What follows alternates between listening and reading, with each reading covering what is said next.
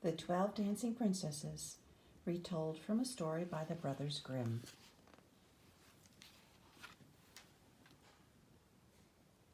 There once was a king who had 12 wonderfully beautiful daughters. They slept together in one great room in 12 beds all in a row, and every evening the king locked them in.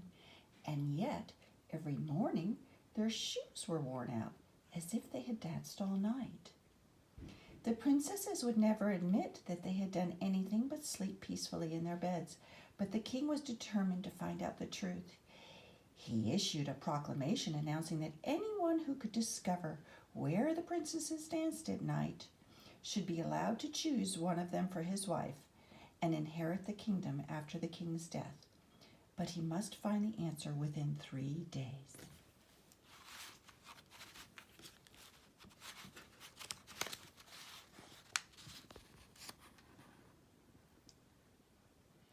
Very soon a prince arrived at the palace, offering to try to discover the secret. The king made him very welcome, and when evening came, he was shown to a chamber which opened off the great room where the princesses slept. There a splendid bed was waiting for him, and the door between the rooms was left ajar, so that the princesses could not steal away without him seeing them. They all greeted him most politely, and the eldest brought him a cup of wine. As he drank it, he thought how beautiful she was, and that was the last thought he had until the morning. Then he awoke and saw the princesses sleeping peacefully in their beds, and their worn-out shoes standing in a row. The same thing happened the next night, and the next after that, and then the prince was dismissed from the palace, since he had failed in his task. Many more princes followed him, but they were all just as unsuccessful.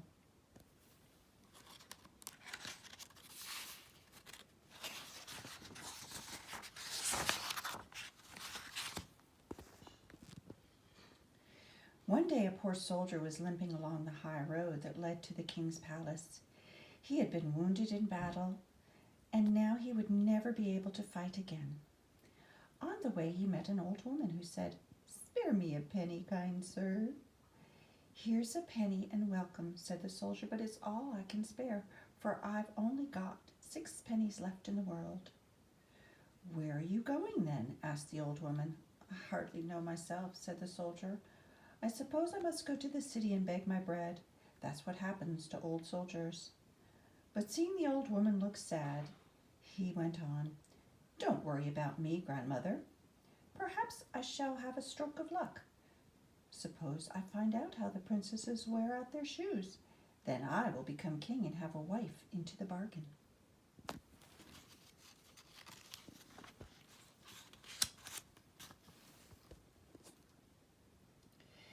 "That's not so difficult," said the old woman unexpectedly. "Only you must be sure not to drink the wine they offer you when you go to bed. Pretend to drink it, and then pretend to fall asleep. Here, take this cloak." And she handed him a short, shabby cloak out of her bundle. "And it doesn't look like much," she said, "but it will make you invisible. You can follow the princesses and find out where they go." The soldier thought the old woman must be quite mad, but he didn't want to hurt her feelings, so he thanked her politely and took the cloak. He went slowly towards the city, but after an hour or so the wind sprang up and he started shivering.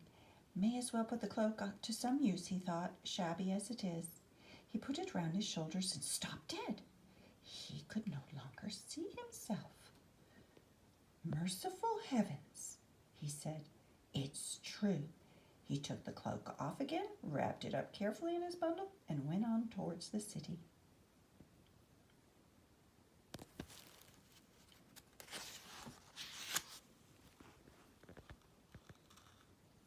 The old woman must have been a witch, he thought, or a good fairy. Perhaps I could really find out where the princesses go to dance. So he went to the palace, and though he was so poor and shabby, he was made as welcome as any prince.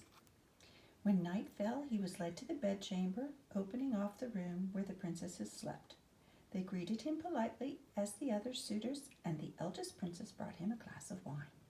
She smiled as she offered it to him, and he thought how beautiful she was, But he remembered what the old woman had said. He pretended to drink the wine, but really he let it run down his chin, and very sticky it felt. Then he lay down on the bed and pretended to snore.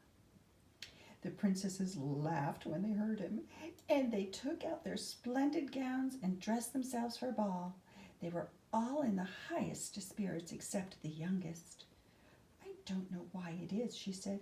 "I feel so worried and miserable. I'm sure some terrible misfortune is going to happen."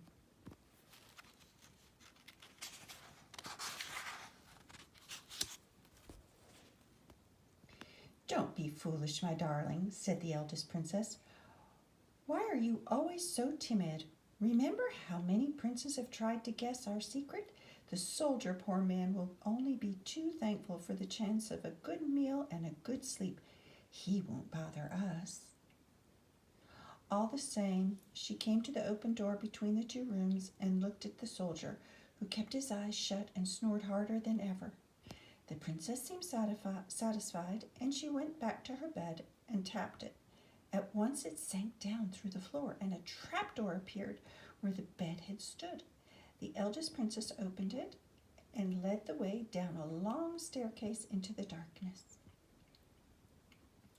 The princesses followed her in turn, and the old soldier sprang up, put on his cloak, and followed them. Because he was lame, he found the stairs awkward, and once he stumbled and trod on the dress of the youngest princess, who was at the end of the line. She screamed, and the line stopped.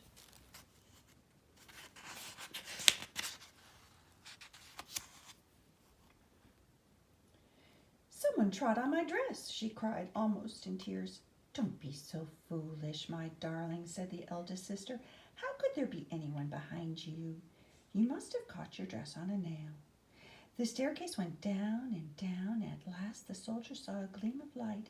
It led into a marvelous silver forest where every leaf glittered and shimmered. "No one will ever believe this," thought the soldier. "I must have some evidence," and he broke off a silver twig. The tree gave a loud crack, and the youngest princess cried, "That sounded like a shot. What is wrong?"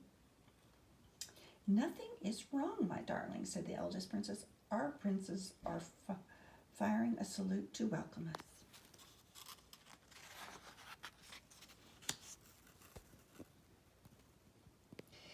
They came to another forest where the trees were gold, and then to a third where they were made of diamonds. In each forest the soldier broke off a twig, and each time the twig made a crack, and the youngest princess cried out in alarm. But the eldest princess repeated, "Our princes are firing salutes to welcome us." As they came to the end of the diamond forest, the soldier saw a lake and 12 little boats moored at the edge. In each boat sat a handsome prince, and the princesses joined them, one to each boat. The soldier was still just behind the youngest princess, so he got in with her. The prince rowed away, but after a while he said, "I can't think why the boat seems so heavy tonight." "Everything is wrong tonight," said the youngest princess. "I feel so strange."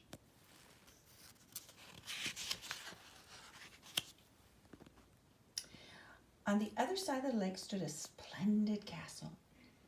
Lights were blazing in every room, and drums and trumpets sounded a fanfare as the princes rowed their boats to shore. They led the princesses into the castle's splendid ballroom, and there they danced and danced.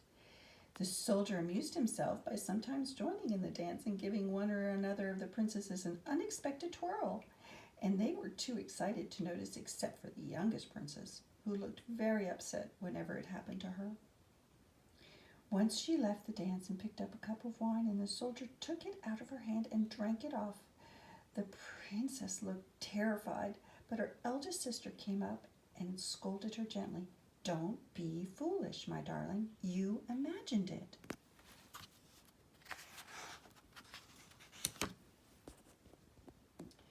They danced until 2 in the morning, and by then their shoes were worn through. The princes rowed them back to the lake, and this time the soldier got into the same boat as the eldest princess and thought how beautiful she looked under the full moon. At the edge of the diamond forest, the princesses said goodbye and promised to come again the next night, and then they made their way sleepily back through the three forests. When they came to the stairs, the soldier hurried on so he could have time to take off his cloak and lie down on his bed before the princesses arrived. When they came in, he snored loudly, and the eldest princess laughed. "You see," she said, "we needn't have troubled about him."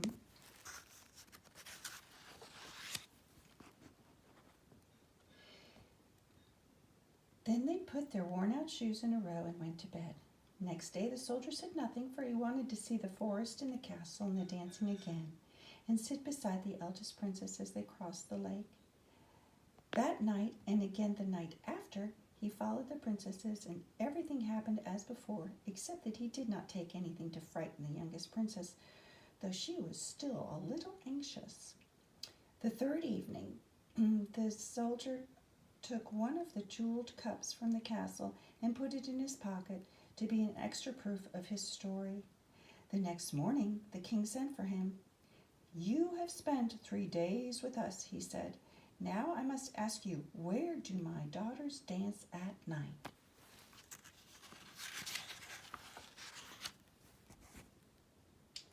"Sire," said the soldier, "they dance with 12 princes in a castle underground." He heard a rustle of skirts behind a curtain, and he guessed that the princesses were listening. "How can that be?" asked the king.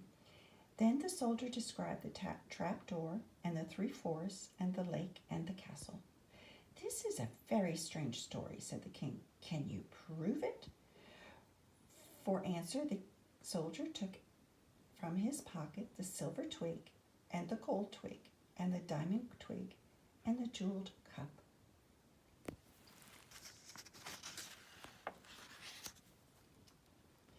The king looked at them for a long time, and then he said, "Come here, my daughters."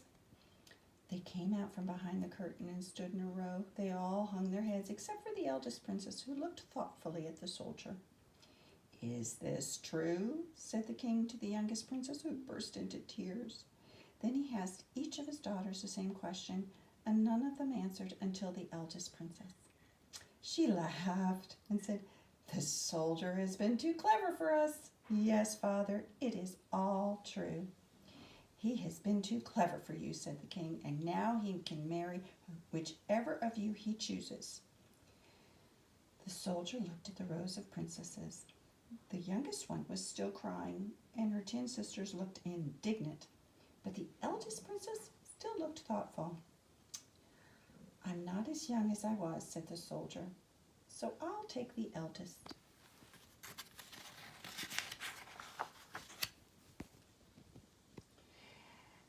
At that, the eldest princess burst out laughing. "There's a flattering reason," she said.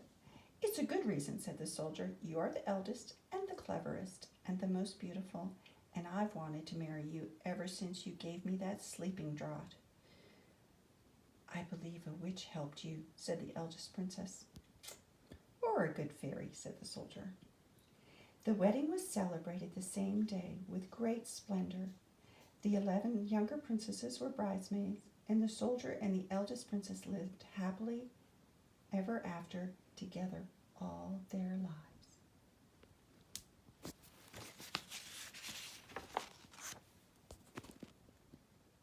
The end.